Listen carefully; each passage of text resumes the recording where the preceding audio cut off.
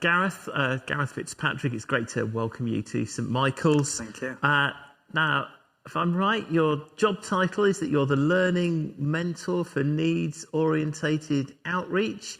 Is that right? It's a big badge, yeah, you got it right. Yeah, I have no idea what that means. Tell us a bit about your role and what God's called you to do. Yeah, thank you for having me here this morning, David. My role, I'm part of a team called Serving Christ, and our remit is to enable, equip and train laity across the diocese, because I think it's when the body of Christ is working that we see kind of the effectiveness. So in my role, that's to pull alongside people who have a passion for mission and outreach, evangelism, and to really encourage them and to help release them into what they feel God has called them to do. Brilliant. That sounds fantastic. It's a great job. Yeah. And fits in really with where we're at St Michael's. So at the start of the year, we had a sort of retreat period in the last lockdown.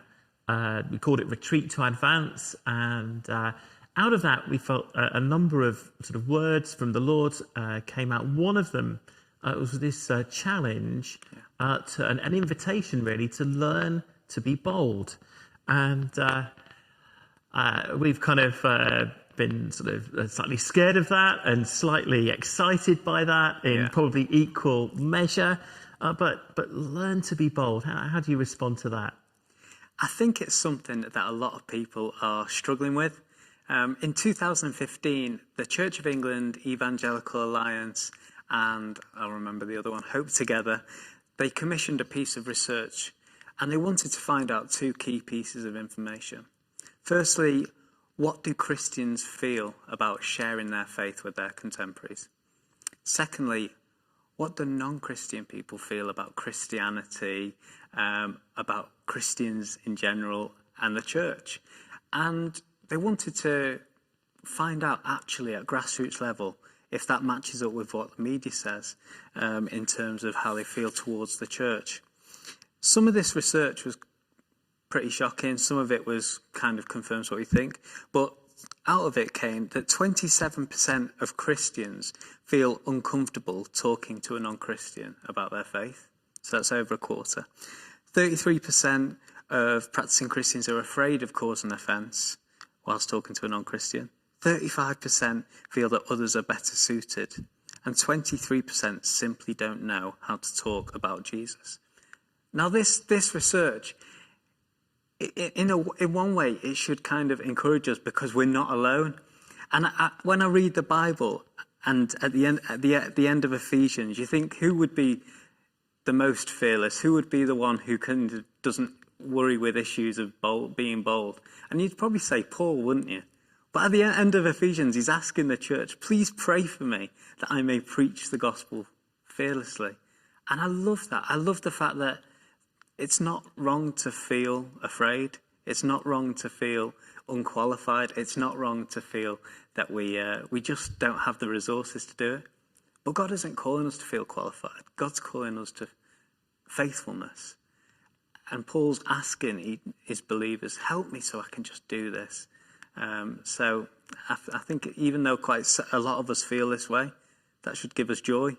We're in it together, but don't worry, God's with us. Yeah, and I guess if Paul can ask for help, we can. Exactly. Now, our passage this morning, I think, has one of the first examples of evangelism, of sharing faith in Jesus. I think it's Andrew, who, I don't know, has been a follower of Jesus for barely a moment. Yeah. You know, it could only be a handful of days at the very most, and quite possibly even the same day. And he returns. He can't explain his faith. There's a whole load of stuff he doesn't know. Yeah. But yet there's an overflow, and he kind of issues the invitation with those wonderful words, come and see. Yeah. The idea of invitation, though, is a bit kind of, does it still have a place, do you think, in the life of the church today? I think perhaps one of the areas that we're afraid of using. I think more than ever that it has a place. After being brought up in a church, the second highest chance that you will have of becoming a Christian is through having a conversation with one of your Christian friends. And I think invitation is a wonderful way to allow God to be God. So when we say to our friends, what do you feel about this? And invite them into that conversation. Or, this is coming along in a month, would you like to come alongside? We feel afraid that they're going to be offended by that. But actually, there's nothing that insults someone more than not inviting them to something. Oscar Wilde said in The Importance of Being Earnest, nothing annoys people so much as not receiving invitations. And I think the reason we don't invite people is not because we don't care about them, but I think it's because we make up the outcome ourselves. We just kind of, and it's crazy, isn't it? There's no reason for it. When else do you kind of come to a conclusion? But we say they'd never want to come. We make the decision for them. What if we let them decide? I think so. Invitation has a great place. In his book, Creating a Culture of Invitation, Michael Harvey says, we make decisions on behalf of other people. We say, oh no, they would never come, so we never invite them, all built upon an assumption.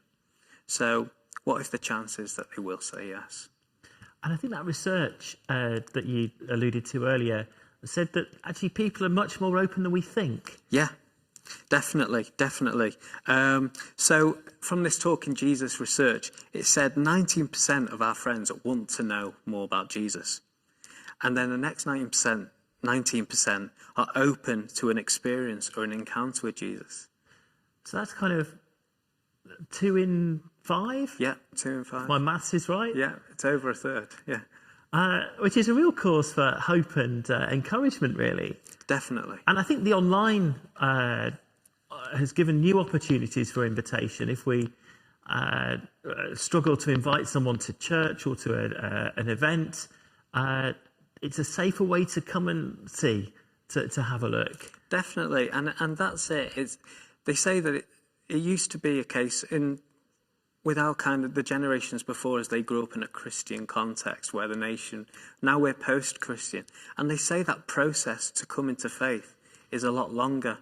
So just those little invitations, even to seemingly insignificant things, we don't understand the journey that God's taken us on and taken them on.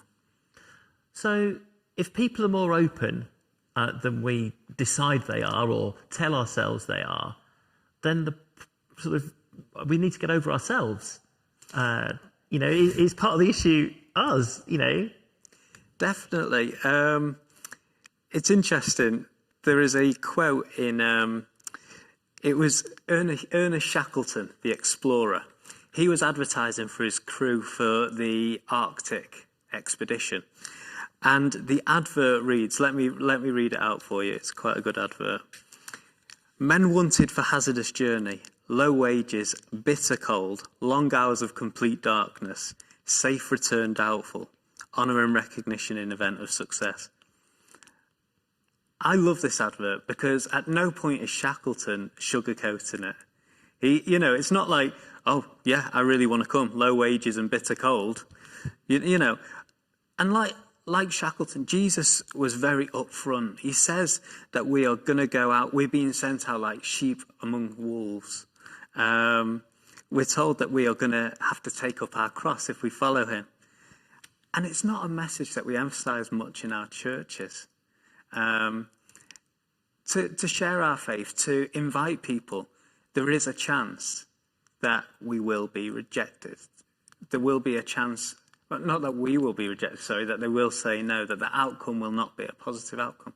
And I think we need to overcome that idea that it's a failure. It's only a failure if we don't ask somebody. The success is asking somebody. In Corinthians it says, it is God who brings growth. It's not us. We can't do. And I think a lot of reasons Christians don't feel qualified is because they're trying to do God's job as well as their own. And we're not meant to do God's job. We're meant to just simply invite somebody. And that is a success. And that is being faithful. And that is something that we need to celebrate in our churches. So celebrate the act of invitation, not just when someone comes all the way through. Exactly. I mean, tell me the last time that you heard a story in church where somebody came up to the stage and said, I invited them, and they said no. We don't usually give those people a chance to share that story. And I think if we're going to change the narrative of what success is, we need to provide space in our corporate gatherings for those stories to be told, as well as the ones that go well.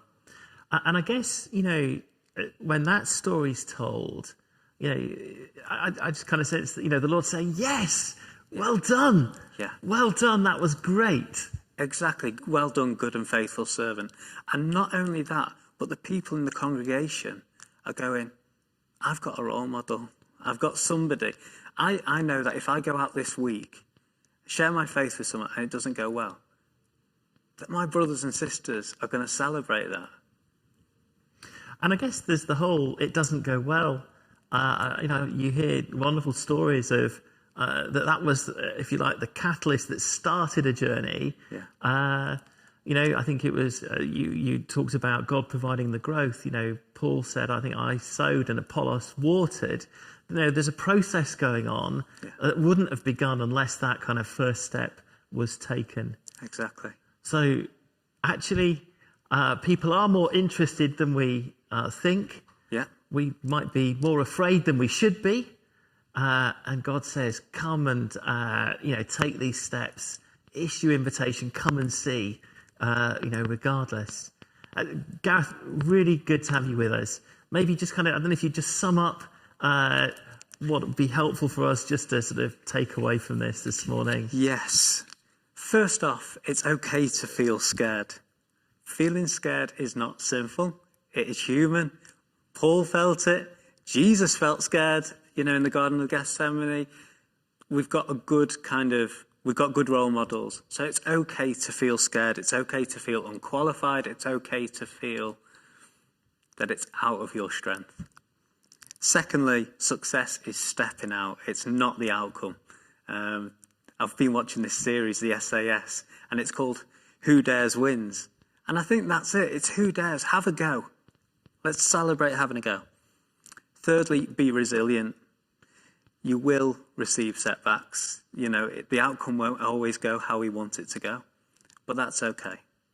That's not in our strength. That's not kind of our responsibility.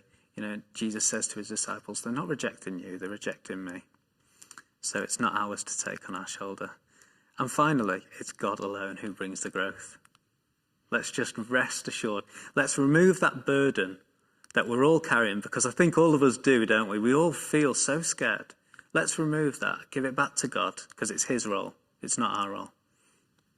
Gareth, that's wonderful. Thank you. So good to have you with us. Thank you. And, my pleasure.